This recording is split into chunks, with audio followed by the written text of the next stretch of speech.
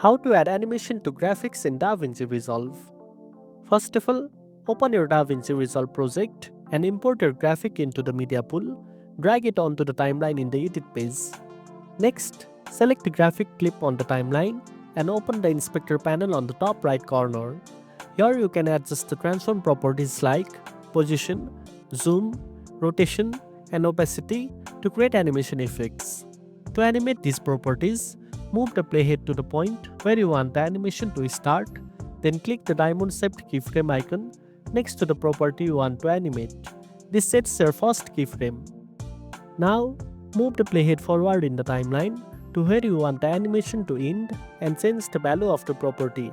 For example, move the graphic to a new position or zoom in. DaVinci Resolve will automatically create another keyframe and animate the change between them. You can add keyframes to multiple properties like position and rotation at the same time to create more complex animation.